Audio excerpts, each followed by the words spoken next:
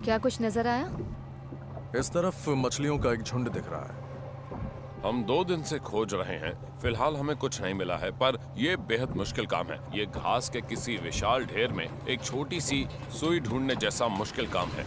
Central America के प्रशिक्षित journalist, history expert और कॉम्बैट फोटोग्राफर कॉर्क को खजाना ढूंढने का 3 दशकों का तजुर्बा है और इसकी शुरुआत तब हुई थी जब वो 18 साल के थे। मैं वियतनाम के पश्चिमी समुद्री तट के पास एक टापू पर कैप्टन किड का खजाना ढूंढने गया था। वो एक गैर कानूनी काम था। हम पकड़े गए और सजा के तौर पर मुझे वियतनाम की जेल में 11 महीने गुजारने पड़े। वो मेरी जिंदगी का एक सबसे बुरा वक्त था और 11 महीनों की उस सजा के दौरान 7 महीनों तक मुझे अकेले कैद में रखा गया था। वो किसी दूसरे देश की जेल थी और मैं एक विदेशी जेल में बंद एक विदेशी कैदी था। ऐसी जगह का हिस्सा कोई कभी नहीं बनना चाहेगा, लेकिन आज हालात उससे पूरी तरह अलग हैं। आज के दौर में ट्रेजर हंटिंग का काम वैसा नहीं है जैसा आप सोचते होंगे। ये कम्पिटिटिव बिजनेस है। ये मिट्टी खोदने या गड्ढे खोदने की नहीं, बल्कि जानकारी इकट्ठा करने की कला है और इसमें कामयाबी उसी को मिलती है जिसके पास सटीक जानकारी हो। शुरुआती जानकारी के भरोसे ही कॉर्क समुद्र में इस खास जगह पर आए हैं। एक स्थानीय मछुआरे ने उन्हें बताया था कि स्नेक आइलैंड के ठीक पास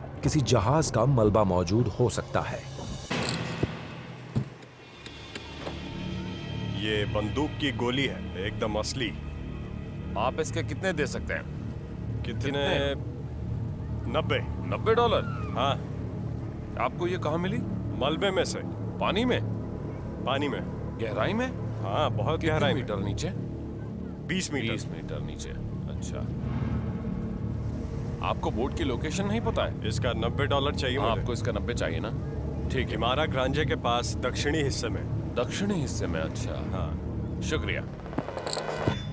स्थानीय जानकारी से शायद काफी फायदा हो सकता है और उम्मीद है कि सुरागों की तलाश में हमें ज्यादा वक्त नहीं लगाना पड़ेगा।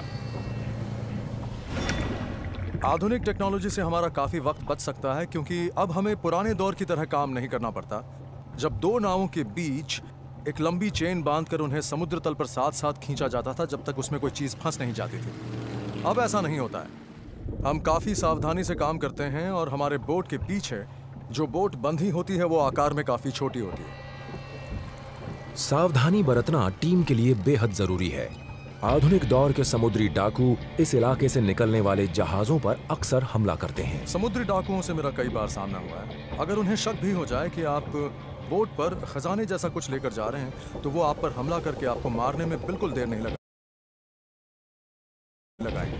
ये इलाका बहुत ही खतरनाक है।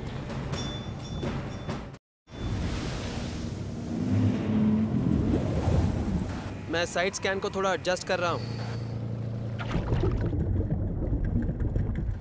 ये अब सही जगह पर है। चेक कीजिए, क्या हम मुड़ सकते हैं? जरूर।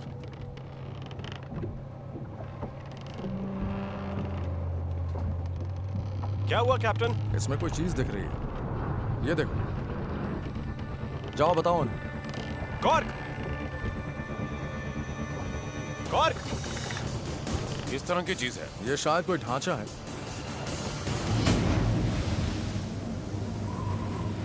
आपको क्या दिख रहा है? मेरे ख्याल से ये ईंटों का कोई विशाल ढेर है। ये लंबे पाइप जैसा कुछ लग रहा है।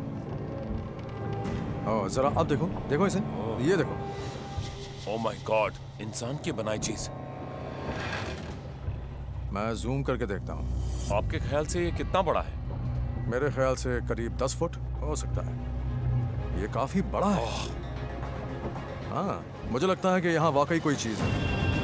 कई दिनों की मुश्किल तलाश के बाद अल्फा क्रूजेस के क्रू को शायद वो चीज मिली है जिसे वो ढूंढ रहे थे। कहना मुश्किल है ये क्या है। ये किसी खास टेक्नोलॉजी से बनी कोई ऐसी चीज भी हो सकती है जो बाहर से लाई गई हो। जब तक हम नीचे जाकर नहीं देखते कुछ नहीं कह सकते। मैं इस वक्त बेहद हैरान हूँ। ये तस्वीर काफी साफ दिख रही है।